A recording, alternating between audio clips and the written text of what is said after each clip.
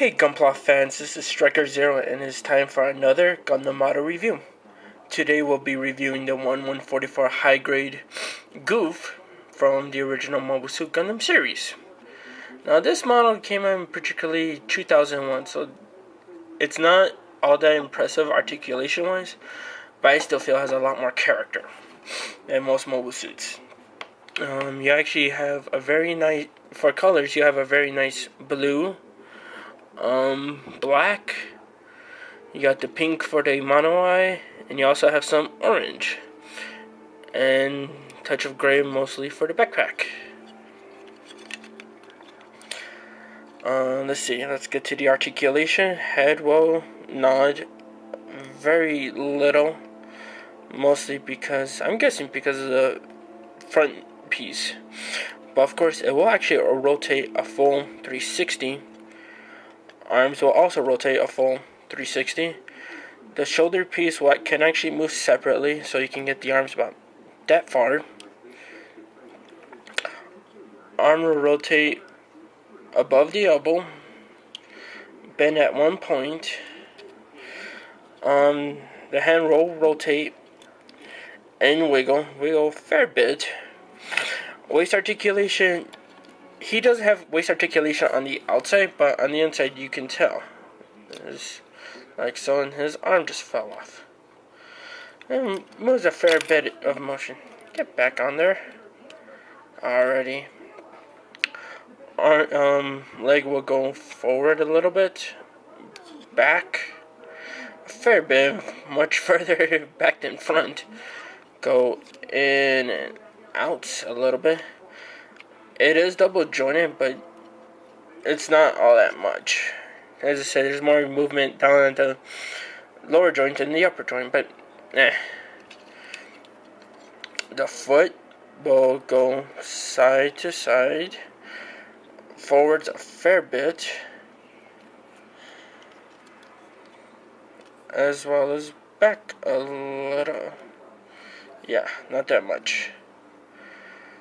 So, decent articulation from a model that came out in 2001.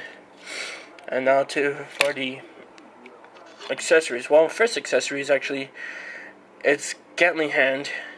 Basically, it's a 5-barrel type. And really, I believe from the show, it actually looks really impressive.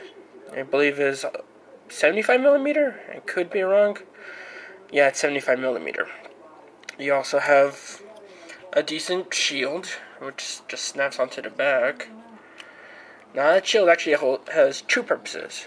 First, of course, to defend, and of course to hold its heat sword.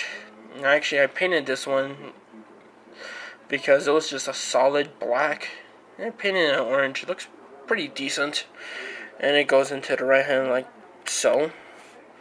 You do actually have to take the hand apart, otherwise it will not fit for beans. And I need one of my old modeling knives to do this, because otherwise it does not want to come apart. So you gotta admit, it is actually, once the sword goes in there, it's not gonna, this hand is not gonna fall apart. Not that easily, anyways. Let's see. Wrong way. Da da da da da da. And here is the Gouf with its heat sword, ready to slash down the RX-78 Chew or any GMs. Yeah, I admit that looks really impressive. And of course, you take that off.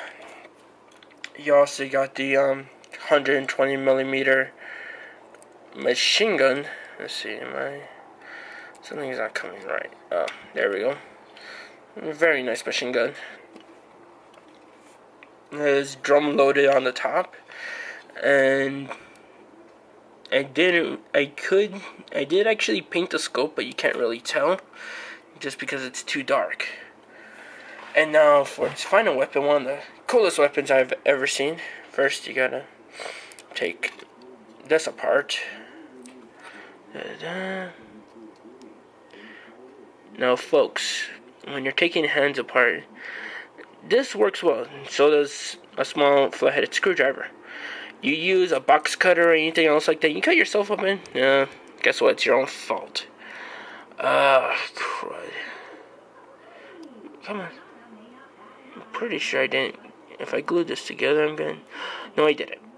I don't think I did. No, I didn't. Yay! Alright. And now for the final piece, the heat rod. Yes, I think this is actually one of the coolest weapons. Usually, it gets stored, or in the show, it gets actually stored in the arm. And in this piece, basically what you have to do is take that off. Let me see, I'm actually cheating here a bit. I'm got the manual right here while I'm doing this. Make sure that this goes in like this, I believe. Am I? Yes, I am. Awesome. I'm doing it right. I think I'm doing it right. I hope I am. Alrighty, here we go. Let's see. And it plugs into the hand like so. Now it does get mounted on the side. Mostly, I guess that's how it gets used. And man, my allergies must be acting up. So I do apologize for that. And here we go.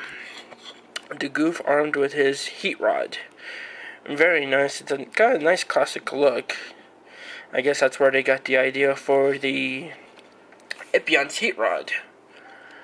And now, one of the other reasons why I'm reviewing this guy is, well, during the following week, this guy's gonna undergo a transformation of a custom paint job. Now, honestly, I really don't know what I'm gonna do just yet. I have some ideas, mostly consistent with either silver or chrome after that. That's mostly gonna be for the black parts. As for the main blue, I don't know if I'm gonna keep it or if I'm gonna swap it out for something else. Give me ideas, give me suggestions. Otherwise, leave a comment down below. I will be listing possible ideas in the description. Tell me yay, nay, something else just not overly bright, because I want this guy to look more badass than he already does. So yeah, it's the Gouf. Very simple model, but at the same time, very cool. If you actually like your Universal Century models, get this guy. He might not have the best articulation, but he still looks very awesome. And hopefully, I think sometime later on, I will be doing another review. I'm not going to tell you guys what, but it's something to look forward to. Trust me, I'm just waiting for the paint to dry. So now, this is Striker Zero, signing off.